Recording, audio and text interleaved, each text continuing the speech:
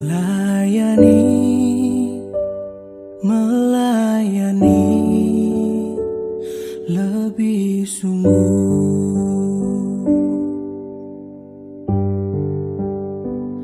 melayani, melayani lebih sungguh.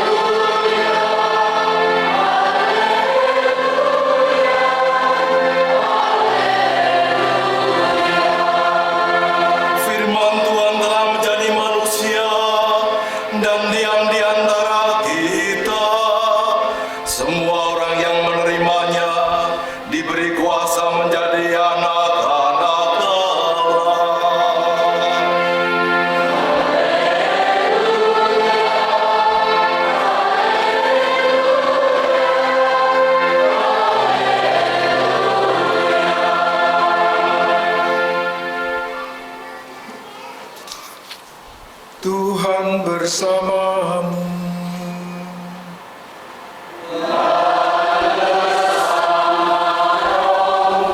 Inilah Injil Yesus Kristus menurut Yohanes.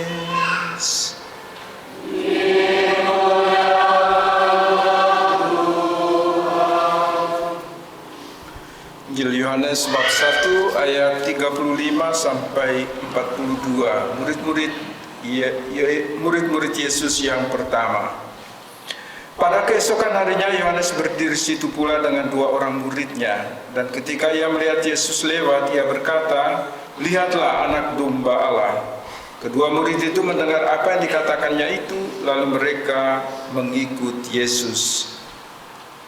Tetapi Yesus menoleh ke belakang.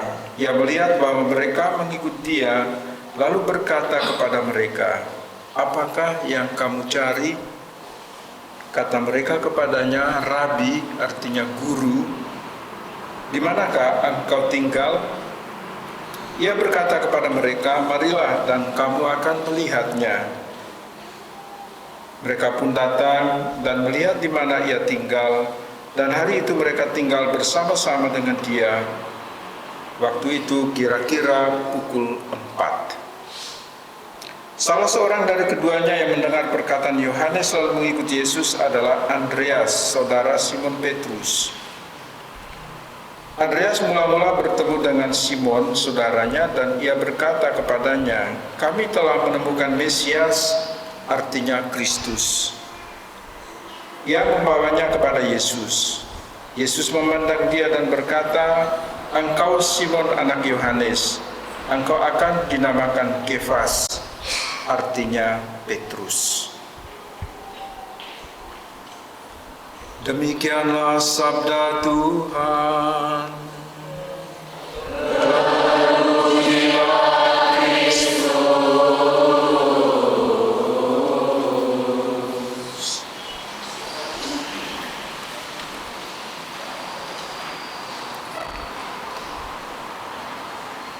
Bapak, Ibu, saudara-saudara sekalian yang terkasih di dalam Tuhan, sekali lagi bacaan-bacaan yang kita dengar pada hari ini mengajak kita sebagai umat Kristiani menyadarkan dan mengingatkan kita bahwa kita semua sedang berziarah untuk menemukan Tuhan. Itu artinya apa? Artinya bahwa setelah kita dibaptis, bukan kita sudah menemukan Tuhan. Kita terus mencari Tuhan. Maka setiap kita itu mempunyai tanggung jawab. Setiap orang Kristiani, khususnya bagi kita orang Katolik, mempunyai tanggung jawab moral supaya paling tidak membawa keluarga kita untuk menemukan Tuhan setiap hari di dalam kehidupan keluarga. Sama seperti Eli yang menunjukkan Tuhan kepada Samuel kecil. Ketika Samuel 3 kali dipanggil oleh Tuhan, Samuel, Samuel, dia berpikir bahwa Eli memanggil dia, maka 3 kali dia datang kepada Eli. Dan yang ketiga, Eli berkata, anakku, aku tidak memanggil engkau, pergi tidur. Tapi kalau dia memanggil lagi, katakanlah, bersabdalah Tuhan, hambamu mendengarkan. Saudara-saudara sekalian yang terkasih di dalam Tuhan, dalam kehidupan ini seringkali kita lebih sering membawa ego kita. Seringkali kita lebih membawa diri kita, memamerkan diri kita, entah itu pendidikan, entah itu kekayaan, entah itu sukses dan berhasil, dan kita gagal membawa orang kepada Tuhan. Kalau kita dalam kehidupan ini selalu membawa ego kita kepada orang lain, sebetulnya kita membawa orang masuk dalam kantong kematian. Karena itu sesat. Kita membawa orang pada kantong kematian, artinya membawa orang untuk lebih mengenal diri saya daripada kepada Tuhan. Tetapi setiap kita, kalau kita membawa orang lain supaya mereka juga lebih mengenal Tuhan, itu artinya bahwa kita membawa mereka itu masuk kepada kehidupan. Oleh karena itu, kalau di dalam baik perjanjian lama juga perjanjian baru yang kita dengar dalam bacaan Injil tadi, seringkali misalnya tokoh-tokoh tertentu Tuhan mengganti nama mereka. Misalnya Abraham menjadi Abraham, atau Yakub menjadi Israel. Ya, Abraham menjadi Abraham, itu Kejadian bab 17. Kalau Yakub menjadi Israel, itu Kejadian bab 32. Kemudian yang tadi juga Simon menjadi Kefas, artinya Petrus. Apa artinya ini? Artinya dengan perubahan nama ini orang mempunyai relasi yang baru dengan Tuhan, memiliki relasi atau hubungan yang baru dengan Tuhan. Saya pikir kita semua yang dibaptis ini juga memiliki nama baptis, ya toh. Dengan nama baptis ini kita juga mempunyai relasi atau hubungan baru dengan Tuhan lewat santo santa yang disematkan dalam nama kita, pada nama kita. Maka relasi kita juga akan menjadi baru. Apakah semua tahu riwayat santo santa yang Anda pakai, misalnya Yohanes, Vincentius, atau Nikolaus, atau siapa, ya, Lucia, atau Veronica, atau siapa? Apakah Anda tahu itu? Kalau belum, dalami, ya, coba dalami itu. Supaya apa? Supaya kita mendapat spirit dari santo santa itu. Dengan demikian kita mempunyai relasi yang baru. Kalau bagi kita orang Katolik, dengan baptisan dan dengan nama baru yang disematkan pada nama kita, itu artinya kita tidak hanya soal nama, tapi punya relasi baru. Kenapa? Karena kita menjadi anak-anak Allah. Kita menjadi ahli waris kerajaan surga. Kita menjadi orang-orang yang ditebus dan diselamatkan, termasuk bilangan orang-orang yang ditebus dan diselamatkan. Jadi nama itu bukan sekedarnya saja, ya kan? Mungkin ada juga yang karena sudah besar bisa memilih, kalau baptis bayi ya dipilihkan dan seterusnya. Tapi sebetulnya ini tidak sekedar memilih, tapi itu punya arti, pun punya makna yang sangat dalam. Bapak, Ibu, saudara-saudara sekalian yang terkasih di dalam Tuhan, kenapa kita membutuhkan nama-nama baru? Supaya kita mempunyai relasi yang baru juga dengan Tuhan. Dalam surat Santo Paulus kepada jemaat di Korintus, supaya apa? Supaya pribadi ini ya, persona ini betul-betul dipersembahkan untuk Tuhan, bukan untuk hal-hal yang lain, bukan untuk senang-senang. Tidak, hidup kita ini harus untuk Tuhan. Apapun profesi kita, apapun pekerjaan kita, hidup kita harus untuk Tuhan. Kalau Anda menjadi pengusaha yang memang Anda persembahkan segala macam bentuk usaha itu untuk Tuhan.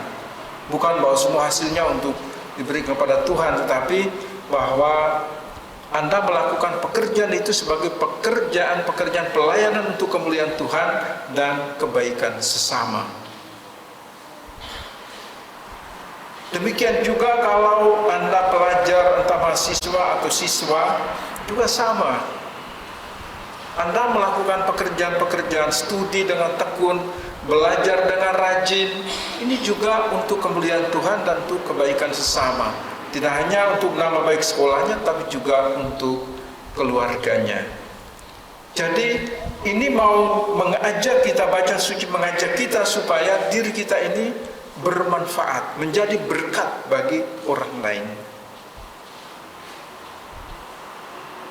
Tidak bisa tidak, karena kita semua adalah milik Allah, maka hidup kita harus terus-menerus menjadi berkat bagi sesama kita. Usaha dan upaya yang dilakukan oleh Yohanes supaya dia memperkenalkan para muridnya. Yohanes itu muridnya banyak loh di Yerusalem, Rasul Yohanes itu.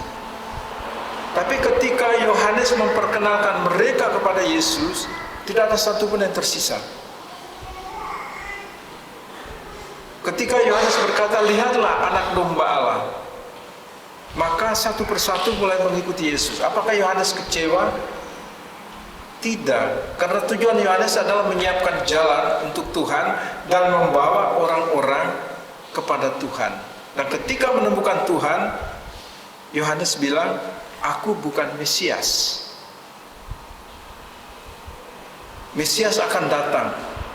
Dan Yohanes berkata, membungkuk dan membuka tali kasutnya pun aku tidak layak. Maka ketika Yesus datang, Yohanes menunjukkan kepada murid-muridnya, lihatlah anak domba Allah. Maka Andreas salah satunya ya, meninggalkan Yohanes dan mengikuti Yesus. Andreas pergi, ini nelayan mereka adalah nelayan di Galilea. Dia berkata kepada saudaranya Simon, kami telah menemukan Mesias, artinya Kristus.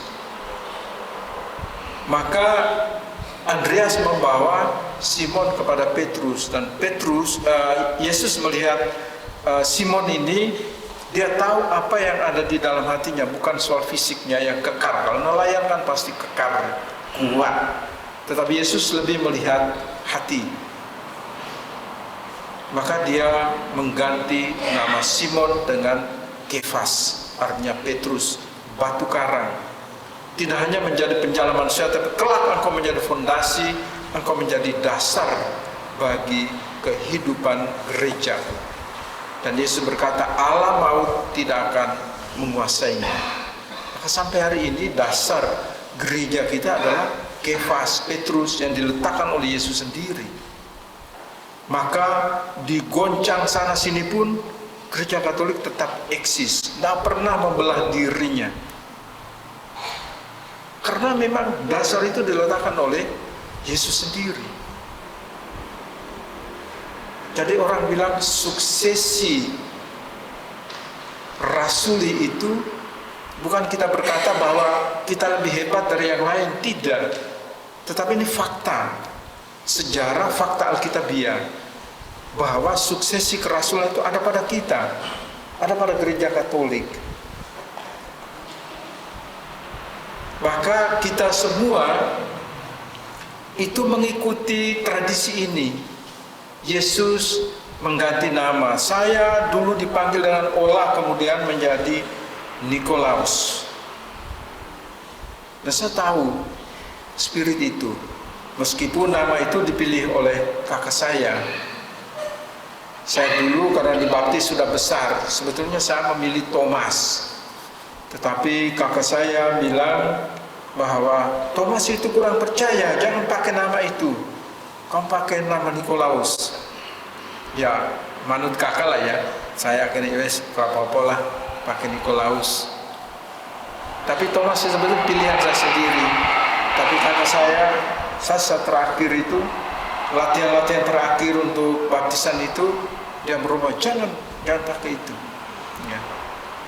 Tapi sekali lagi diharapkan supaya spirit dari nama-nama santo santa yang disematkan kepada kita harus menjadi spirit hidup kita. Supaya kita tahu. Maka silakan download dari Google ya. Santo ini riwayatnya apa ya? Supaya tahu spiritnya lah. Sekarang apa yang tidak bisa kita download dari Mbak Google itu? Cari ya. Kan semua punya santo itu. Semua punya santa. Ini nama baru yang disematkan kepada kita dengan berharap supaya pribadi kita lebih dekat dengan Tuhan seperti yang kita pakai sebagai nama baptis kita, nama pelindung kita. Bapak, Ibu, saudara-saudara sekalian yang terkasih dalam Tuhan, Tuhan Yesus menghendaki supaya kita semua ini bisa menjadi agen pewartaan Tuhan dalam kehidupan nyata setiap hari, supaya kita bisa membawa orang lain untuk lebih mengenal Tuhan. Akhir-akhir ini kan saya lihat di YouTube itu orang berkomentar sana sini tentang hanya karena Syahrini bilang Yesus itu tidak ada. Sebetulnya diamkan aja selesai ya kan. Tapi kalau teman-teman kita Protestan kan suka kebakaran jenggot ya kan. Kalau orang Katolik itu cerdas, diamkan aja selesai. Siapa yang mau komentar? Tapi ya orang-orang teolog hebat terkenal itu komentar, wong Syahrini ini nggak ngerti apa-apa. Sama aja kalau Anda bilang Muhammad itu bukan nabi, ya sudah selesai. Tidak ada pengaruhnya apapun. Tapi ya itulah, itu bukan membawa orang kepada Tuhan sebetulnya. Tapi mari kita teladani para tokoh kita, para rasul, karena kita mendapat suksesi rasuli, maka meneladani para rasul ini supaya kita membawa semua orang untuk lebih mengenal Tuhan. Bukan untuk menjadi Katolik loh ya, supaya mereka lebih mengenal Tuhan lewat kesaksian hidup kita. Tidak harus tahu menjadi Katolik, tapi kalau mereka lebih mengenal Tuhan, itu jauh lebih baik. Oleh karena itu mari, ini tugas dan tanggung jawab kita semua.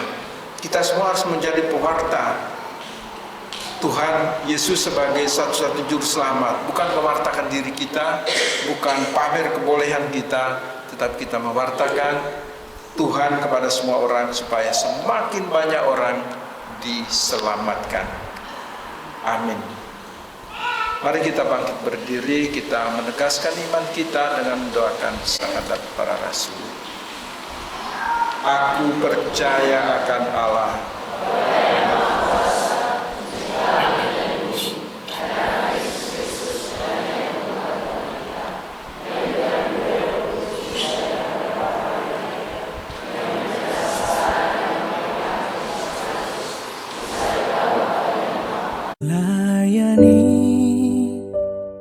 melayani lebih sungguh,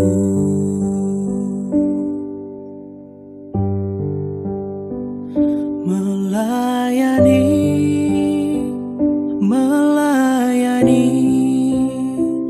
lebih sungguh.